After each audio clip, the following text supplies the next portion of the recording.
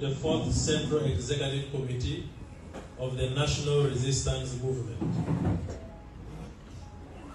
At its 16th meeting held on Friday, 14th March 2025 at Entebbe, the 4th Central Executive Committee of the National Resistance Movement Party received and discussed the results of the Kawempe North constituency by-election.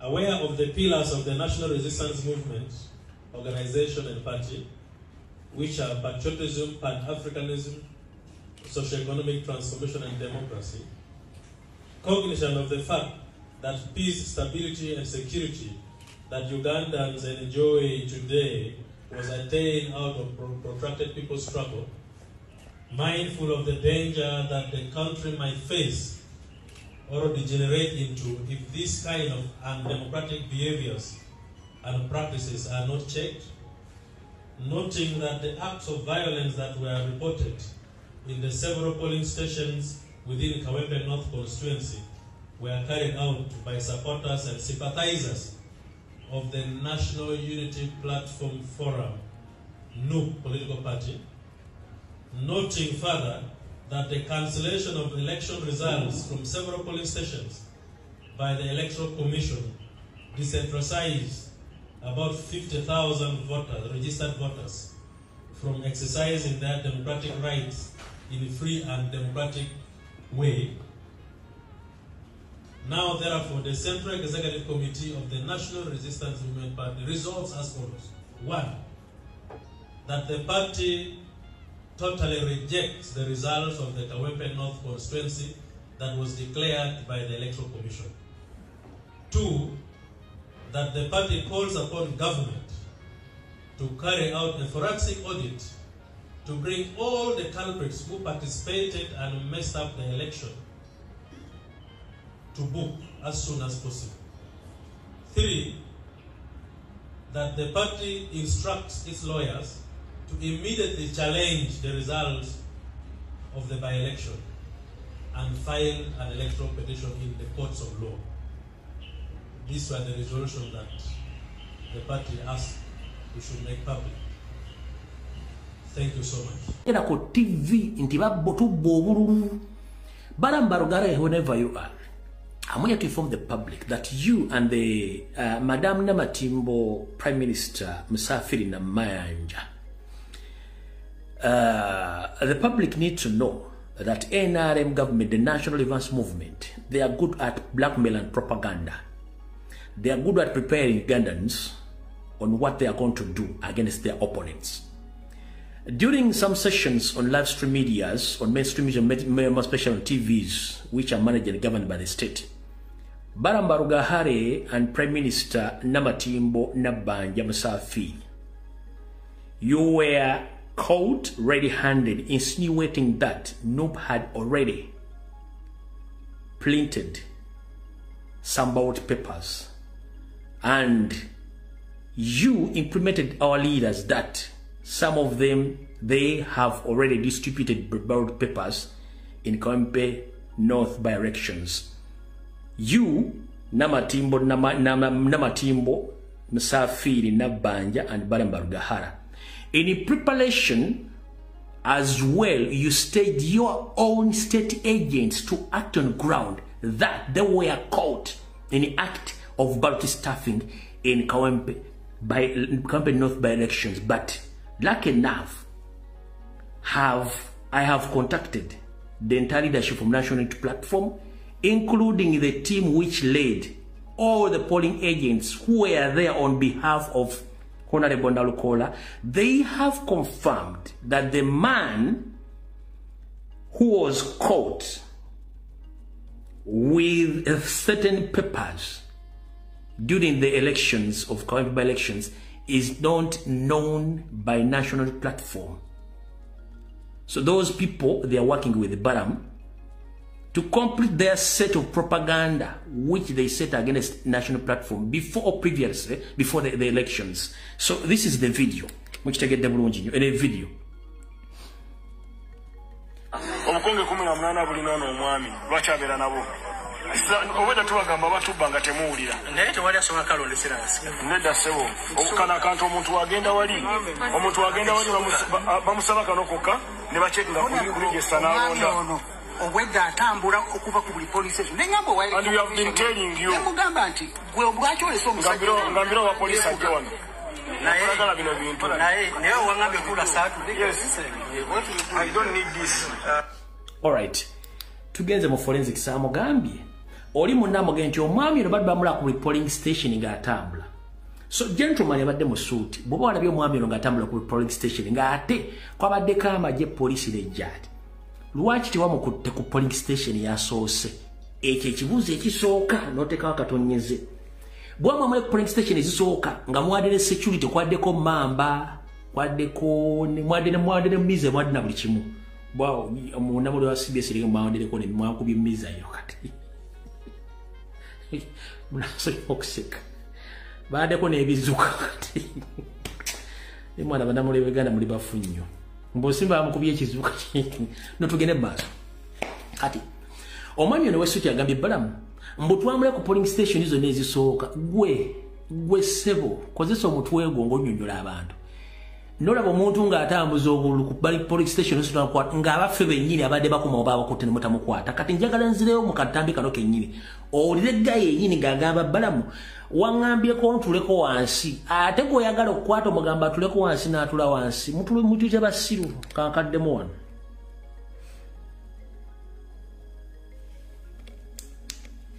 ulira bulungi nnyo obukonge 18 bulina n'omwami bakyabeera nabo obwedda tubagamba batubbanga temuwulira naye tewali asobola kalondesera nedda ssebo obukana akantu omuntu agenda wali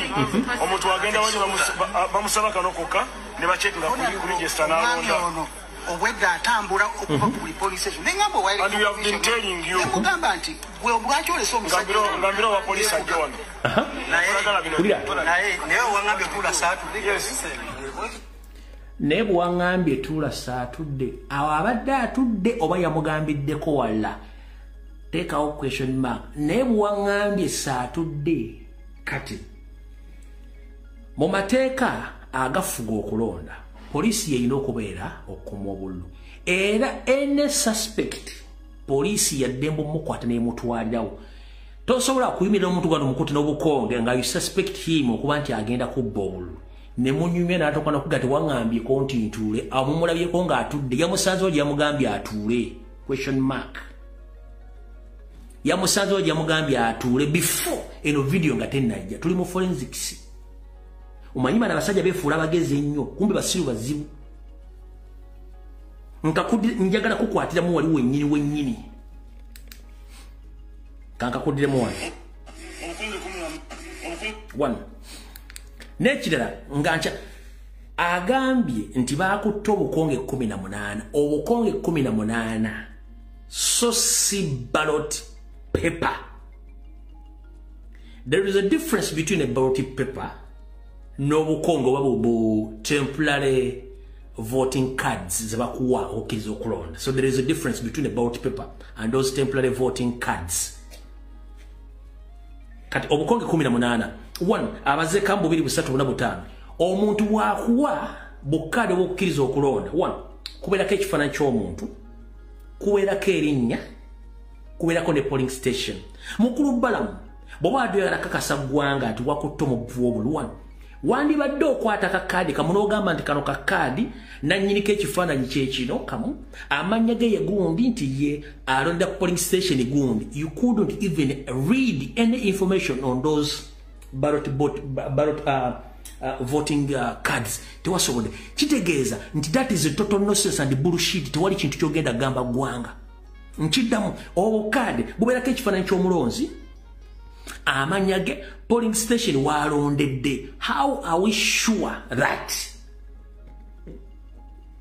mwagambye badde atambula ku polling station zonna era mwamusanzeeyo lwaki temwasobodde kujja obukongo n'osoma bannyini bwo era abanyini babadde bagenda okulonda weebali lwaki temwabakutte mukamu 2 3 4 5 6 18 kubeerako ekifaananyi ky'omuntu kubeerako amannya ge kuberako national identification ni number eberako kati bino bino atomasobodde biraga gwanga ng'okofame ngati mwakutomo nchiddamu nkozo okunoonyerezebwa era n'entegeezebwa oyo nvubuka teteba mumanyiiko era so mu kubadde ba polling agent bannalukoola bantu ba balamu kyovula nti yabadde free enough okuexpressinga himself ne bakama be ompulya bulungi nnyo ekyo mukitegedde kati awo tuvuddewo naye njegadde kukola clarification kandi ekirala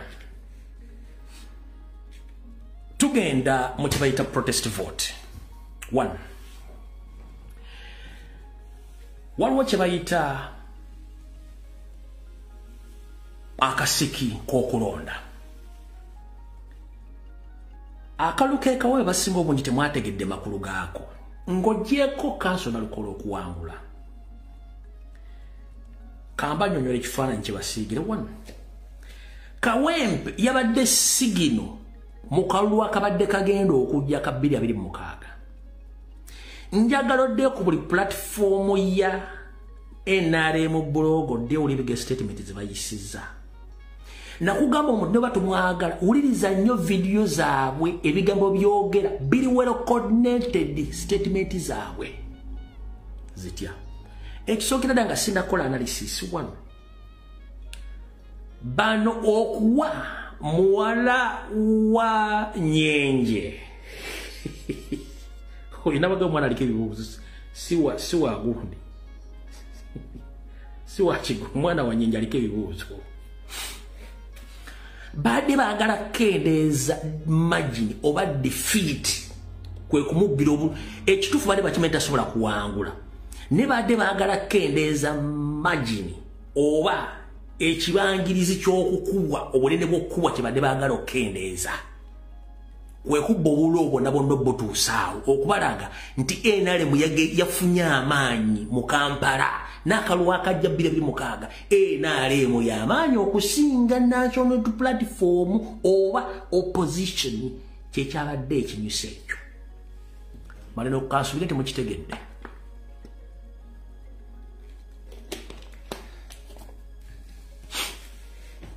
okulonda kwawedde kansona lukola yawangudde wabula mwabaddemu ebintu byembanyonyodde bulungi bana bodde ku platforms abaga nti aha kati mutegedde wadde mwakalidde ne mutegedde nti NRM y'amaanyi efunye omuzinzi mu Kampala kyekyabadde ekinyusi kati ekyo mba mumaze kitegeera nti babadde bakendeeza defeat kiki ekiddako kyekino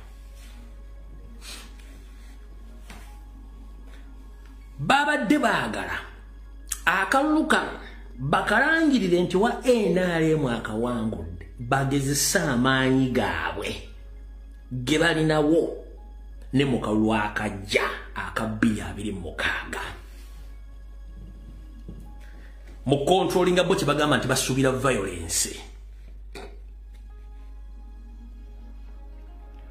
kwe kudeployinga jati ekula Christopher Damulira n'amagye g'abayaaye kwe kudeployinga police kwe kudeployinga SFC kwe kudeployinga ne military liba deployinga Mamba liba deployinga Nyonyi liba deployinga bala DC ba minister bonna lwaki kugaba minister bonna bola bomuntu go bayita saba minister prime minister kitegeeza ba minister bonna yabakiikiridde bola bagwe tuyita prime minister ng'agenze yabakiikiridde ba minister bonna wabadde ba RDC ba minister ba RDC baani buli kimu kyonna kyabadde soka webuuze lwaki mu bulu wonna n'akali national tebadeployinga ngako ba RDC ba minister ba DPC bani bonna ebitongole bya ESO fuso puso ne baleta helicopter okudeployinga kubanga badde baagala kugezesa maanyi gano but kana kusigira kifaananyi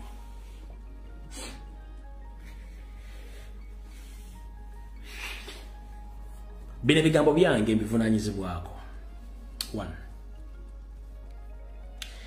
bobanga akaluke kawepe twakawangudde mu miggo mu masasi mu kuwamba mu tear gas na buli kimu abana bagamba Musa agatojja kalonda then that means we can nkiddamu akalulu k'ekawempe bato akawangudde mu miggo mu masasi na buli kimu nga ne polling station ezimu baasambesamba ebirala ekitegeeza wekkan njagala okubaza nnyo bannakabotuzi abaana ab'obuwala bamaama bulijjo kyekinnuma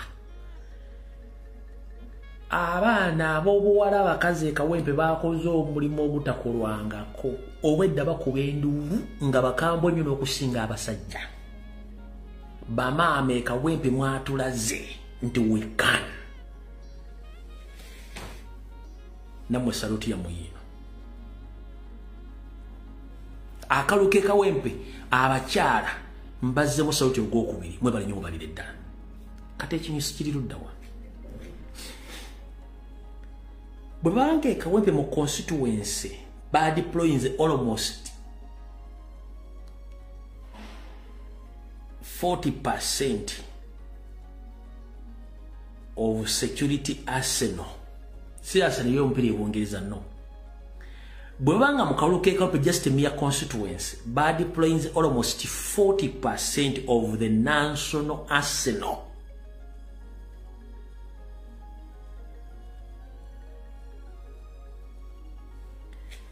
nga Uganda eronda ba MP 500 mu mmeka almost bali mu 6. Can they manage to deploy the whole country the same way they did in Kawempe North? Answer is no, they can't. Kubanga tebalina money power. Both presidential and parliamentary tebalina money power esobola okudeployinga countrywide. It is easy impossible tekisoboka. Kiki tugenda okuzaako? Kyetugenda okuzaako kikino. And I'm assuring you, the indigenous serving UPDF officers 76% bagala change. Evidently, mu barracks basi za UTC jazasimbanga polisi n'amagye galondeddeyo nalokola yawanguddeyo jamba afande. Evidently, mu barracks eya polisi n'amagye babakungayize balondedde nalokola yawanguddeyo jamba afande. Polisi yonna yalondedde Kanyanya police station yo kubalondedde bona ba polisi nalokola yawanguddeyo jamba afande. Kitegeeza the indigenous serving UPDF officers in all barracks bagala change okujjako nga gwe wayonka sengawe kundi oba akagera akanaswi ng'obwongo wetaaga kubukuwolako obuzi oluvannyuma mukitegedde bulungi nnyo. Yes, we can. Museveni, we are coming for you. And you can change nothing at this particular moment. Nothing you can change. Nothing you can change at this particular moment.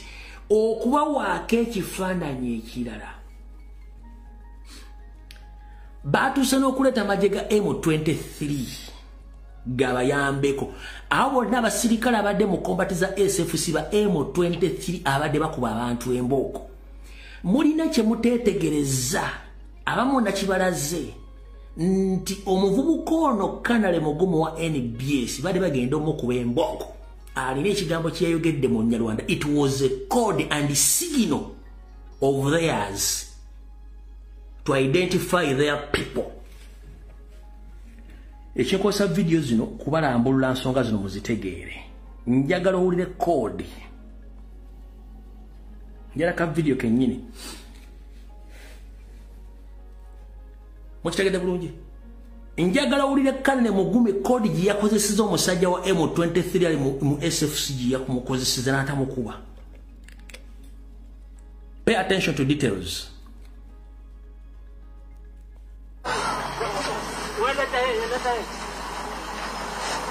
Kankabadde.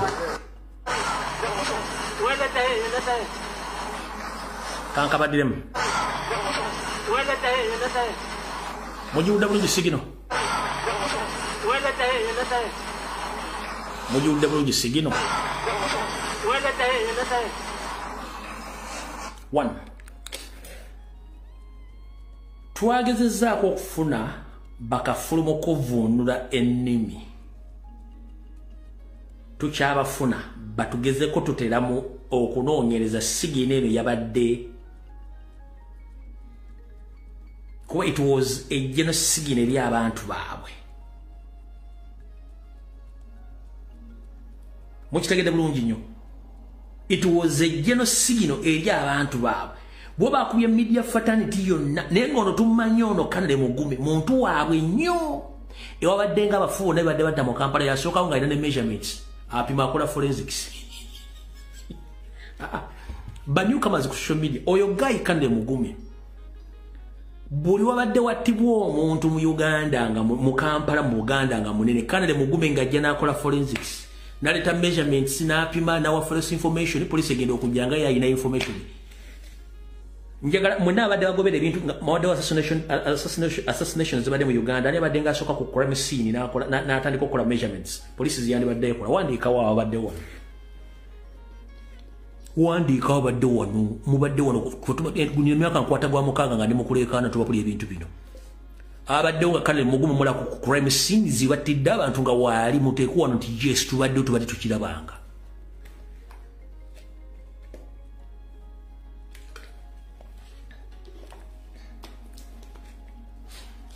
muwandiike njala abantu 10 muwandiike abantu 10 muŋambe tubadde ngo tubadde tulaba Kanale Mugume nga yasooka ku crime scene n'ajja ne tape measures n'ameasuringa n'akola record ezize mukitegedde bulungi baba n'abantu babaddengawo eyo Kanale Mugume kati sigino gye yawadde omusirika oba wa M23 oba Ntarahamwe oba waaki olwamugambye password code ga yakutte bukwasi mbookwe ne balinnya boda ne bagenda ino kanjibaddiremu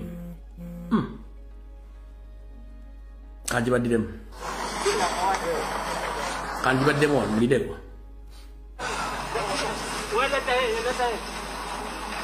olide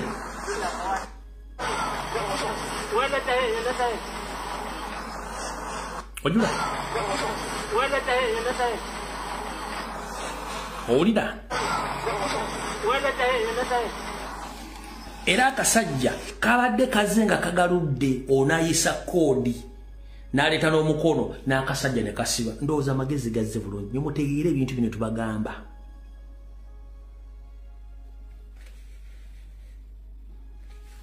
mutegedde bulungi nnyo nti amagezi gazze awo tuvuddewo tugenda mpola kati mbadde nkyabagamba ku bintu ebadde mukalulu k'ekawempe nembanyonyola buli kimu ladies and gentlemen okubalaga nti Museveni ali mu panic wetwogerera Museveni Muhoozi basinkanye Inspector General of Police Abbas Byagaba n'omutegeeza ateekewo okulangirira okwolukale nti baagala okuwandiisa abasirikale aba poliisi omutwalo gumu in this short period of time nkiddamu mwenna abalabye poliisi angeyise mu under Minister of Internal Affairs ng'eraze nti baagala okuwandiika aba poliisi omutwalo gumu. It is the largest number of recruitment in Ugandan history. Lwaki baagala okikola? Bamaze okukola survey eraga nti poliisi countrywide ebitundu 80 ku buli 100 bakuwa Museveni abawungira ziiza ati tebaagala kumanya basula bubi balya bubi emisala girwawo bakolera abantu abasuuza nga tebatudde naye nga beekolera bokka tebaagala Museveni kyova olaba nti ba DPC simanyi ba CI bonna basinga obungi baakabano batulugunya ba indigenous police serving officers mu buli barracks ne mu office. Jukira bano bafuna emisaala ebiri nkiddamu poliisi ya Uganda ba indigenous bakimanyi nti abasajja bafuna emisaala gya mirundi ebiri bakyafuna emisaala mu UPDF bafuna n'emisaala mu poliisi kyokka gwe poliisi mu Uganda nakabala osula mu tenti tolina sere isomesa mwana ofuna omusaala ogwo gwa poliisi ofuna emitwalo 4 mwegi ona afuna ogwa poliisi kulanka gyali kanza kuwafuna $2 million oba 3 nafuna ogwa UPDF kanza kuwafuna $1 million 3 ze milioni 6 gwofuna mitwalo 4 gwero osubide nti apolisi bagenda kubiragiro byammwe aho mukitegedde bulungi nnyo abasajja abamajja bali mu police bafuna emisaala 2 bakyafuna ogwa UPDF bafuna n'ogwa police kati kankukolere analysis ku kino ekintu bonna kati bemula abasirikale abali mu JAT abo si ba police basirikale ba well trained arm officers aba SFC JAT yaddala vakwere yadda muri ya ghetto structures walo JAT 2 JAT eri origino etasobola kujja kulumba muntu wa bulijjo nga terrorist ne JAT yadda muri yabatudwe yababbi abatta abantu n'abakuba abantu emigo JAT ziri 2 JAT eyaddala eriwo gye tumanyi erumba abatujju nga tino bana Uganda jeri ne JAT yaddamulira kati JAT yaddamulira efuna musalo kuba mu UPDF ne mu police damulira kenyini is still a serving UPDF officer nenga atakola mu police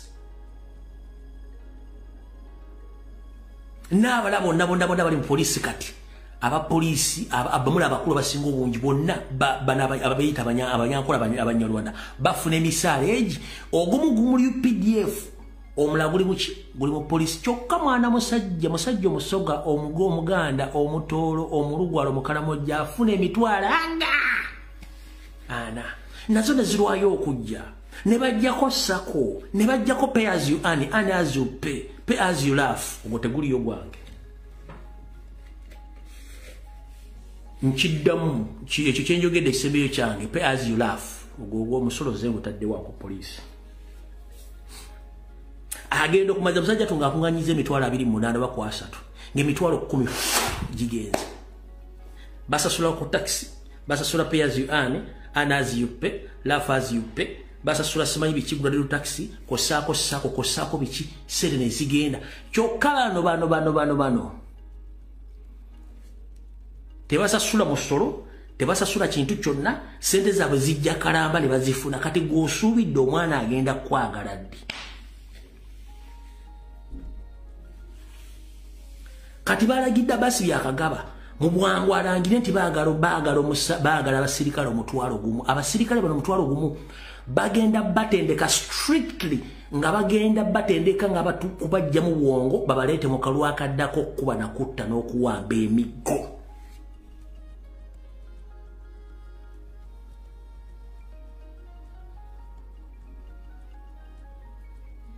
era ne training sessions aba duration tezigenda kuweza mwaka guba training ekabalya obe wala wonna no bagenda kubeera half baked kubanga bagenda beyambisa mu kalulu kano nga bategedde nti almost 80% ba serving police officers by indigenous they don't support the regime as well UPDF nga ate nyongero bajjukiza 25% of the serving SFC officers nabo tebaagala mu 70 baagala na mutabani we didigi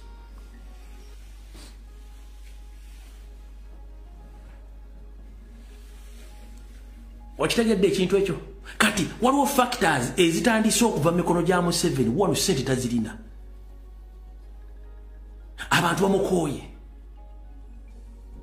buli kimu kimudduseeko kati gwabaga tugenda mu kalulu ka protestive vote tugamba yes we can as long as we start mobilize encourage people nagamba Museveni one time egenda tuka nga tebakyatya masasi tebakyatya mundu nga people used to officers bana abantu tubalimu batulimu mikwano gyaffe baganda baffe tubawasiza batyogenda mwekiza iro buli kimba kimanyi bulungi nnyo tebasula ku planet ndala basula naffe we know them and it's very easy for us to profile them as we've been doing and we still continue doing that we can profile each and every police officer arm officer, prison officer, ne minister, n'abana bonna tuba profiling nga tubayina bulungi nnyo. We can as well do each and everything we should do in our entire spy network. Tukisobola. Just in tetunatuuka we twagala. So kati gomona Uganda ina gy'oli. Yes we can. Ono musajja talina wadde wasobola tukwata utamuwadde. Emundu egenda tuuka nga tekyasina mugaso mu ggwanga ng'abantu fiye bawedde mu kizibu kye tulina tutya. wogenda mu lojo jemu empala tagenda kufuka n'osifuna sirimu otya kyo kulwanira eggwanga lyo ofune visa abwerere otya kyo kulwanira eggwanga lyo nga school fees balina kusasulira musasuli ne batamukusasulira n'osasulira omwana wa school fees otya ki nga bakubindika omusolo omuyitirivu ng'ate wandi batosasula musolo otya ki nga batwala ettaka lyo. In fact, NEMA, nojja nozimba ennyumba, nogizimba, nogituukamu, NEMA nejja nesinika ebinyo nekumenya kubanga kye baagala. Kuba mekinga nti mubeere mu situation yesaba, nakyo musula kitegeera. Mubakyali bange mbagamba, ensi Uganda nsi yammwe buli ssente ez'osasula oba oguze mazzi, oba oguze ice cream, oba oguze enkoko, oba osasula omusolo. You have to get service delivery by all means. Mu lusulimi olusoma kiyita tax returns. Bokola business or registering a company no grow business no tandika okuwa no ingira business ng'otunda bolambika emisolo ebintu byonna byotatunze at the end of the year nga bisasulira omusolo oyita revenue then you ofuna internal auditor mbazi w'obitabo w'omunda nojja n'omugamba nosula container milioni 30 naye ebintu sobola tutunga milioni 5 kitegeeza ebintu milioni 25 zindi biriridde. Internal auditor nga wandikira revenue nga ajiga musajjo ne bwe misolo fulu naye misolo gino tasobodde kutunda bintu bino ebintu bisaze bay revenue gama nti okay tugenda kodiza percentage bwegiti ekyo mu lumi osubwe kitwa kira tax return at the end of the month at the end of the year kati gwe munansi buli kintu kyonna kyokwata sente n'ogijja mu nsawo kuliko omusolo gwo gwina okuzimba amalwaliro okuzimba enguudo okuzimba amasomero okusasula services z'amasannyalaze buli kimu kyonna ekyetaagisa ku gwe kyolina okufuna kye bayita service return oba tofunye service return kitegeeza nti you have to demand those services. Lucky enough Museveni is the luckiest leader in the entire world. Why? Because bannayuganda bangu bakufuga lwaki ovanga ku muntu wakeera ku makya kitawe ne nnyina n'amusomesa okuva mu nursery n'amutuusa ku university nga ssente zize amulisa amunywesa amujjanjaba amusomeseza n'amaliriza nga amufulire passport agenze kuba kiba n'amunonyeza n'omulimu ovanga ku munnayuganda atasaba na looni emmotoka agigula mu full payment ettaka ligula mu full payment ennyumba agizimbe mu full payment emmere agirya kashi engoye azigula kashi buli kimu ng'akigula mu kashi. Ovanga ku munnayuganda ne wagwawo ekisizo mu ggwanga nga myaka gya covid giri ebiri gyange sibala nti njirina nagibeera najo ne beeriisa ne beenywesa ne bejjanjaba nga tewali kye basabye gavumenti. Ompulya bulungi nnyo. Ova ku munnayuganda nti Museveni afuze bannayuganda abatalina bwongo sigenda bayita basiru nti obutamanya bulumu okuze nti gavumenti z'abazungu bannansi bazisaba service delivery according to their taxpayer according to the money they pay in taxes. Ovanga ku muntu nga gavumenti ekuwa security nga weekuumewo. Ovanga ku muntu munnayuganda ng'asobola okukola buli ekisoboka okubeerawo n'ave waabwe nateete nga talina dduuka talina woofiisi talina mulimu ayambadde engatto ze ayambadde empale ye ayambadde essaati ye n'akuba ekikalu ng'empeke za mpikulokusi n'akwata akasimu ke kakatooki n'ayingira ekibuga nga gy'agenda okuyingira talinayo wagenda kujja ssente naye ng'omusajja n'omukazi olw'eggulu alina okudda n'emmere ey'okuliisa abaana alina okudda ne ssente ez'okusomesa abaana ne mukama n'amuwa omukisa n'afuna omutwalo ladde waka abaana ne balya nga ne landiroodi amulinze n'atula n'alimba landiroodi nakkiriza n'amuleka omwezi ne gugwako ogwokubya ogw'omukaaga bw'alimira musajja ati ne bagoba nga talina gavumenti gyagenda kukubira kasimu nti bangobye mu nnyumba banne basooka mumpyosere mumpangisiza ennyumba ebulaya it is impossible munnansi the moment aluuzinga omulimu nga tasobola kukola gavumenti intervene bamusasulira lenti bamuwa upkeep abaana abawa upkeep bwaddamu n'akola gavumenti naliko mukamangeza ssente zaayo ebintu gavumenti gemirimu naye Uganda buli muntu n'atandikawo ng'omuntu neyebeezaawo mpaka lwe bakuziika gwe omunnayuganda omuzannyisa. These are heroes. Era omuntu abadde mu diaspora for 5 to 10 years bw'akoma Uganda tasobola kumala mu Uganda myezi mukaaga. These people are heroes. How do they live in this country? Gova mu America n'omutwalo gwa $, n'oyingira Uganda n'ozimba emyezi eki nga tokula bana bacha bebeerawo batya. Gwe toddanga nebuuza lwaki bemuyita abasama bajja n'essere ne zigomba nga ne zigenda. Naye nga gwe gwasanzeewo tamanyi obaddewo otya. Abali bava Saudi Arabia nga alinamu $10,000 eza $3,000 najja n'ajoga wiichazi n'agamba nanga ate baba njala kudde Saudi Arabia.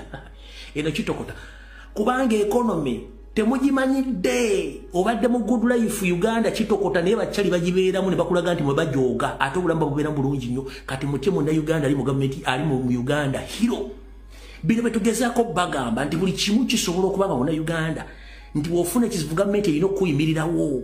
Omwana bw'alwa gavumenti erina omujjanjaba bw'olwa gavumenti erina okujjanjaba ofuna obuzibu gavumenti erina okuyimirirawo. Ngera kubuuza lwaki bw'ofuna ekizibu oyita gavumenti lwaki toyita nnyoko? Bwe bakugoba ku ttaka lwaki toyita nnyoko lwaki oyita gavumenti? That means you know that each and every responsibility concerned about the citizen it's the government. Naye temusobola kutegeera nti gavumenti eriwo nfu si Abannayuganda tesobola bakolerera. Ne mwebuzanga bafuka banaaba. Nkubuuza lwaki bw'ofuna ekizibu nga gavumenti etuyambe? Gavumenti nnyoko. Gavumenti ekolebwa abantu ku lw'abantu eri abantu. Kwe kunyonyola kwa gavumenti kitegeeza nti bw'ofuna ekizibu gavumenti erina okukubeererawo ne gavumenti ekubeererawo kubanga obuvunaanyizibwa omwagaano gibukwasa n'okulonda abantu abalina okubeera mu ofiisi abategeera.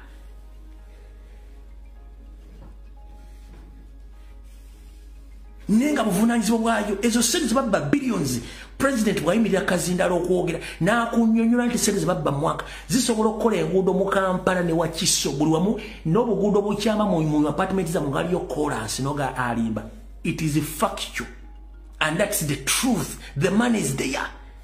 Lwaki ensibi gyeziri buuza haamu sente ezizimba mwolo yazijjawa ezizimba gali amaka gatunanga omusere yazijja sente za muzimu omusolo zino zimazimbiza akankwasa simanyi zaani ebyo bintu bazimbye ennyumba eziye ekyanja simanyi apartment luddawo entebe ezo nassere za muwa musolo ze zirina okukola ebintu ebyo naye basajja bazibba n'osanga omusajja avuga emmotoka ya bukadde bina n'ombuuza we okola ludda nga tasobola kunnyonnyola akola ludda naye ng'ali mu Uganda. Bino bintu bitono bagina mu bitegeere. Muganda wa gwali e Kampala ngolooza nti bw'olina okuba si bw'olina okuba. Bw'olwala nga tolina ssere gavumenti erina okujjanja by force. Bw'oba tolina kyakulya nga nnyoko tasobodde kuwa mmere gavumenti erina okuba ng'ekulabirira. Ompulira bulungi nnyo gavumenti ubanga tolina ssere za bupangisa gavumenti esobola okufuna ssere bupangisa zino ensi ezaakola. Kyova olaba nabagamba nti basajja mmwe ne bakazi mu Bannayuganda muli ba hero because you can stay in life without accountability. Ugandans, you are hero because you are led by a fool and you are safe. You don't know exactly what is your responsibility in that country.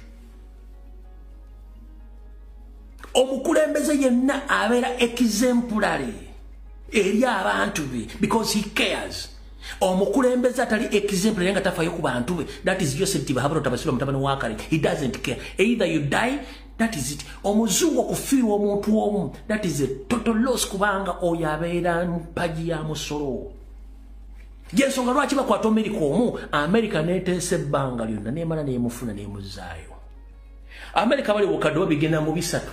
Naye America omu gye bamukwata bati America ga no, we have to negotiate for that American citizen. Gwe Uganda bakusalamu ebiwowoolo Museveni agate bitukwatako. Si ffe tobagaba bafune visa bagombo kubanga he doesn't care.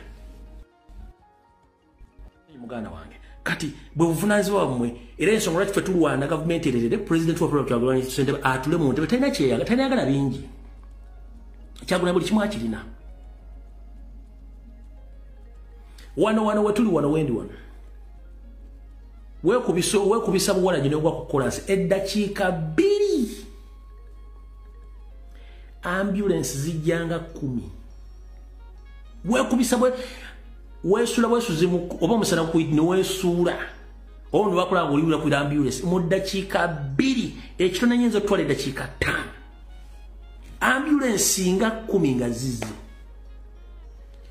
omuliro ne gukwatewo ne baleeta fire brigade ambulance ne baleeta embwa ne baleeta buli kimu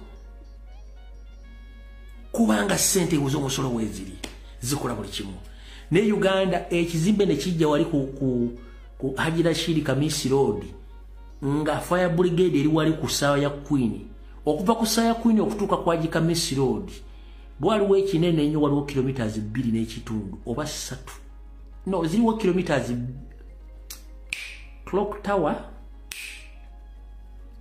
Nachivo Music, Nachivo Stadium, Old Kampala Haji Kamisi Road, Chagwe Road Primary School, oba Mukwana Arcade behind Chiseka Market, like a local distance, approximately 2.5 kilometers, over 2 kilometers. Kilometers is big. Ekizimbe ne kigwawo. Ali mu Kampala omanyi ekibangizo ekiri okuva ku Clock Tower wali ku Saya Queen okutuuka kwa Kamisi Road Kampala 0 kilometers emeka entuufu. Mumbulire. Wandikano brother totya. Okuva ku Clock Tower okutuuka ali ku Haji Kamisi Road ku Kampala wali 0 kilometers emeka. 0 kilometers emeka mwenako muli mu Kampala. Ismail Agambe 1 kilometers, Raymond Rake 3 kilometers. Just Martin Road 1 kilometer. No katugambe 1.5 kilometer, kilometer nemwe nekitundu. Nendowooza okuva ku Clock Tower tubale bbiri okusinziira bwe mmanyawo we nakulira manyiwo kubanga ogivuga okuva ku bitaala ojje ku biwologoma oyingire wano ku Nachivo News, then ojje ku kisawo kya Ham, ate either olege bulezi wa Kiseka wali oba oyite wano ku Njovu wano ku Namirembe Road owete ku muzikiti gw'abasiraamu awo otandike either deno wansi oba olega ku Old Kampala kale kilometers 2. Yes, okusinziira ku mapu nga bwe ngina muntu kilometers 2. Fawe twakule wona tumanyi obulungi. Kilometers 2. Yes, ndi mutuufu. 2.5 it depends on the location ekizimbe wekiri ekyeyongedde mune tubale kilometers 2 nje kusinzira ku mutwe gwange wano ku biwologoma ali bwe mmanyi wonda twakole twazanyirangawo bambala okuva ku biwologoma ojje wano ku Nachivo News otandika olugero kisaawe oyite ku kisaawe owete ku park empya olege otukwano ku junction olugenda Kafumbi Mukasa then olina Mirembe Road okole ku junction edomo park ate empya wano waliwo enguudo 2 waliwo kakavu nololekereri waggulu ku radio ya Babu Metro olusa agendere ku luguka wano agende wano ku gundi oguke ku Mukwana Arcade ku Kiseka Market then botuka waliwo kakavu wali akakutwale ku gundi ku akutwala ku Aga Khan okivyo gende wanseri mu Kalitunsi then kilometers 2 nga ekizimbe ne kijja ne kiggwawo nga tefate fire brigade etuusaawo. Nenga Kodi Kampala wandibadde waliwo fire brigade department. Kodi Kampala wandibadde waliwo fire brigade department. Kubanga Kodi Kampala yetwala Nansana netwala negatta wona Kodi Kampala police station wandibadde waliwo fire brigade ngesavinga wona na Makerere ruddawa. Na ye nyumba wenje Makerere they have to call Clock Tower. In fact, I'm not mistaken. Kuno kulika ba police. CPS eriko fire brigade kubakati fetu chimanyi fire brigade is under police. One fire brigade is an independent body.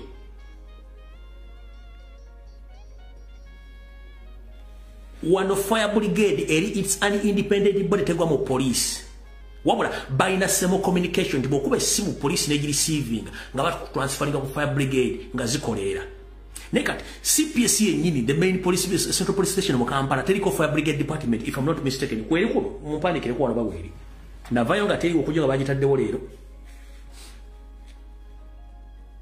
mupandikire wano ku CPS Kampala wakati kuliko fire brigade oba ku Jinja Road police station kuliko fire brigade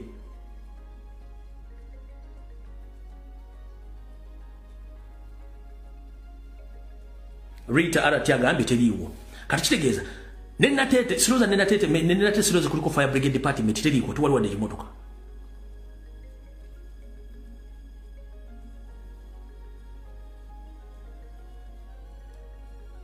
Katachira. Muli mu ggwanga mutudde.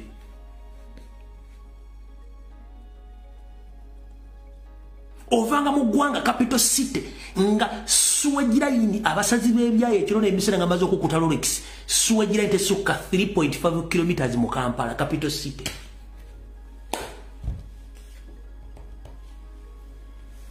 Which country is that? For almost miaka tugenda miaka 5 nga miaka 5 nga twefuze. Kampala capital city Kampala sewage line eri active tesukka kilometers kale katugambe 5.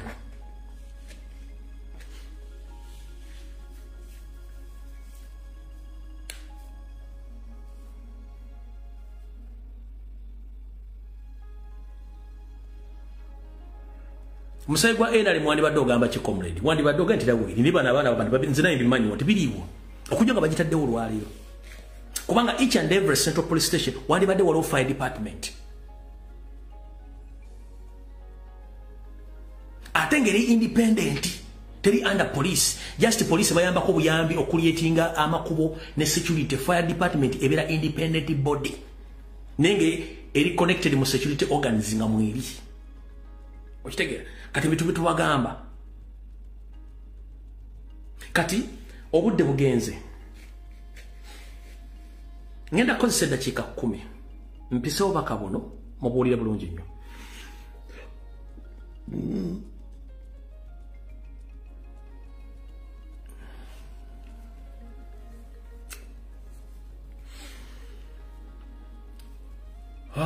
Mukama nyamba atusobo obakabona abantu babuulire bulungi nnyo.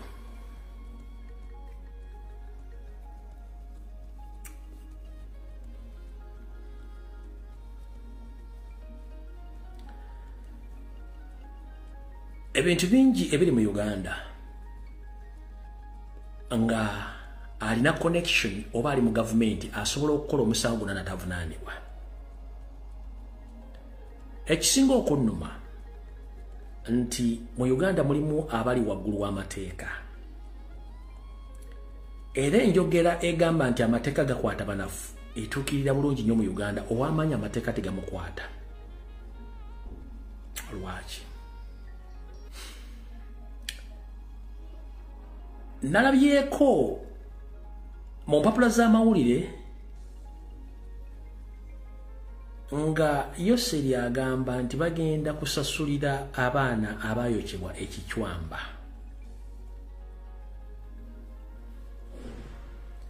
Naye obusasulira abaana abayokebwa ekicwamba abaana ba Jimmy Sekasi Institute of Catering bo balisasulwa ddi ng'ate gwe kennyini gwa bookya n'abali ekicwamba guwa bookya.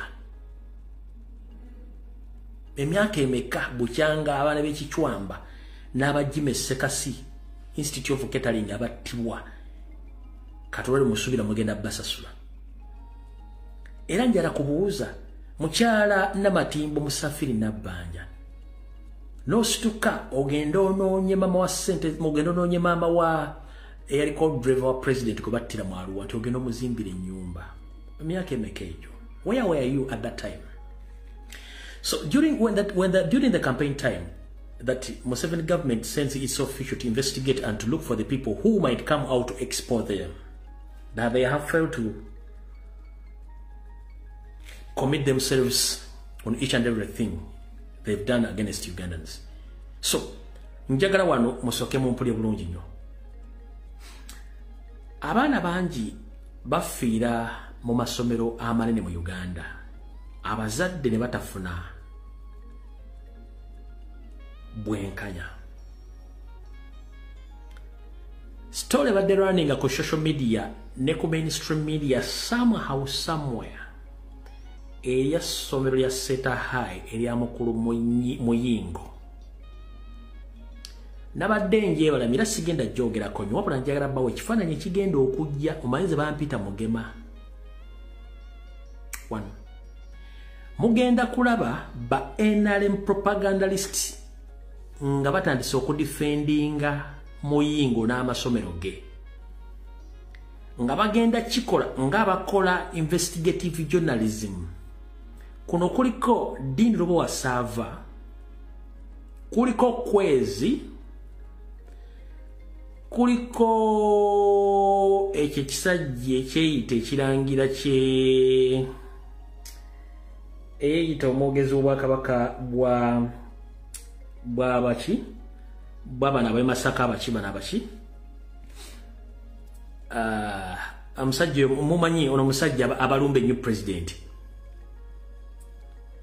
kugenda kubeerako kwezi genda kubeerako Dino Bowasava kugenda kubeerako n'oyo omusajja omulala bamuyitaani oyo omusajja mweru amanya gagenze balina active balina bu group batuula okukola kye batuyita investigative general Ndawula Stanley Ndawula bana Uganda mwenna kironjagadde nze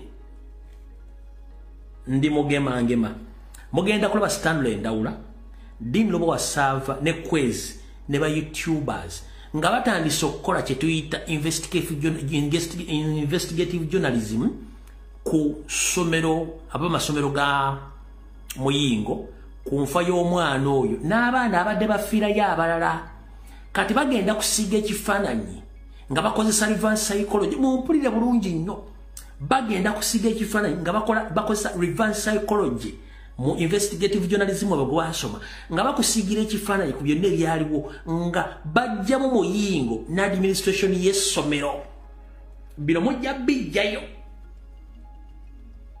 milioni 10 plus zamaze dde okusaasaanyizibwa mu YouTubers mainstream media nawe bebagambe bayita ba investigative journalism kigenda kujja very soon sente zasasuddwa to cover up the atrocities ezibadde zikolebwa mu masomero amanene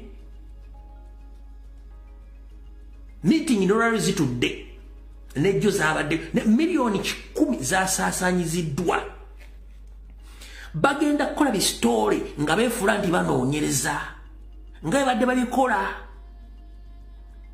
naye nga omupiira bagukuba bagujjamu minisita n'essomero lye somehow basobola omukondemminga ne bateekawo question mark ekikudiverting okujja ku main issue kati abazadde b'abaana mwenna basomera mu masomero amanene mu Uganda mubeere very careful waliwo ekintu ekitagatta nakino njagala nkigambe ojja kirabako mu maaso go amasomero gonna ge muyita amanene ne bannannyinigo si balogo balwadde basinza amasitaani basaddaaka abaana b'abantu at their disposal kubanga abaana abalina in those dormitories in school it is very easy to identify ng'ebintu bibasabye abaana n'asonga nti omwana wuuyo omuzadde omwana ekintu ne kimunywa nga tomanyi kubanga ye alina abaana nga bonobeera nente mu farm it is very easy to naga nti mwana gundi kimumunywe kubanga si babe amasomero ago ge muyita amanene abaana b'abantu bafiiramu enfa bamukirako mu lubinga yafudde ne kiyitaawo kubanga bano balina ebintu byebakozesa okufuna ensimbi ebibasaddaakira abaana bammwe nga mwe temumanyi ekyo mwegendereze nnyo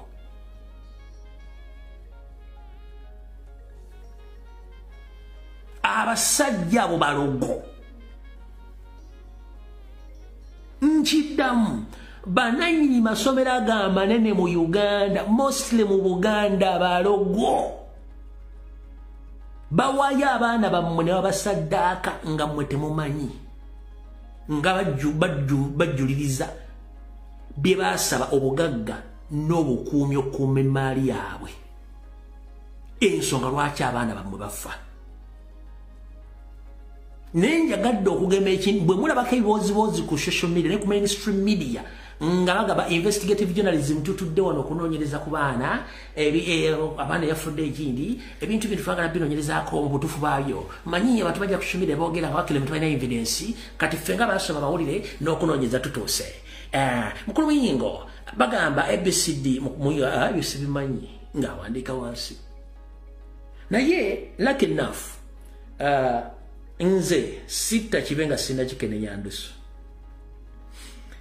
temunalabako kifaananyi kyonna kiraga mwana oyo nga yeetuze nze kifaananyi ngenda kifuna very soon ngenda kifuna nga domitro teyabaddemu wadde omwana n'omwe kwekanga teyabaddemu wadde n'omwana n'omwe kula fridge ngenda okufuna sigenda genda deep into that story kubanga nze nabagamba sigenda mu personal stories ezange ziri strictly ku politics naye njagadde obategeeza nti bano ba propagandalist kati bali mu Uganda to protect the regime and its agents against the indigenous Ugandans or innocent Ugandans sikkiriziganye nabo single-handedly can handle them. Nchiddamu baligimu apologies nga batulumbane mu politics sigenda bakiriza kulyasereza mu wa musolo ate ba protecting ebikolwa ku bannayuganda batasobola kweyogerera ekyo ndi against nakyo.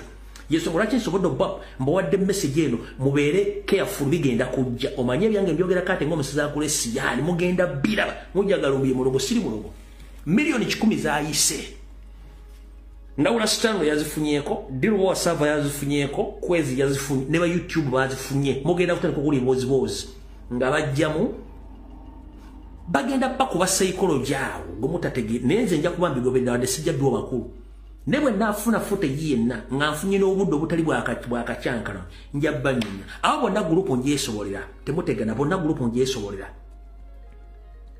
yonna gurupu njeso kubanga nze mbulamu bwange njagala nnyo amazima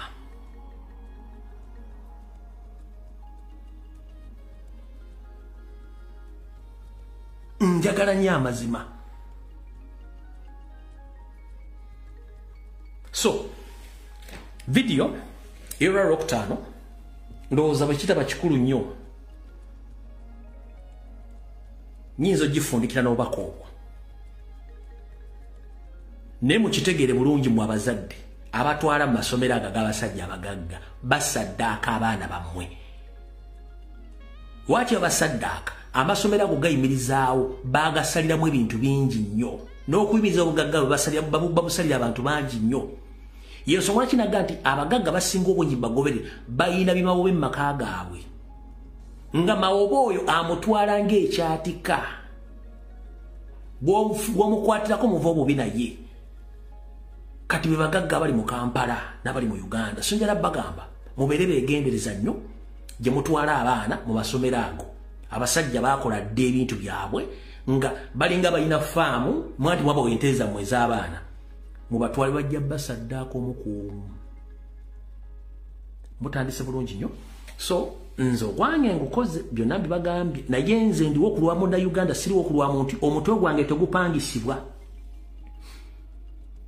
omutwe gwange tegupangisibwa ate gukontrolingibwa no manya ddi lwenjogera byenjogera mbivunanyizibwako awulidde nga bikunyiiziza oliwaddemba okunyiika omutwe mu ngatto yo oba ogenda ku munyanya ne weetuga nga nina bugisimufungize nkiddamu gwali eyo omutwe gwange tegukontrolingibwa tegupangisibwa.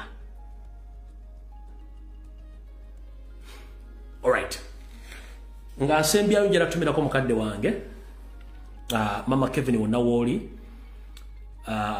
webale kwagala nsiyo na kwagala nkyukakyuka na kwagala presidenti njala kukusaasira obulwadde bukuluma obusuuke bulungi nnyo osobola obuyitamu wonna wooli eswizi mukama akunkuumire baganda ba Kevin mundabire ne Kazende boy mundabire kankusabire osobole okusuka obulwadde bwa Kevin mukama akukuume era kunkuumire muganda wange William nkulamusizza nnyo wava munno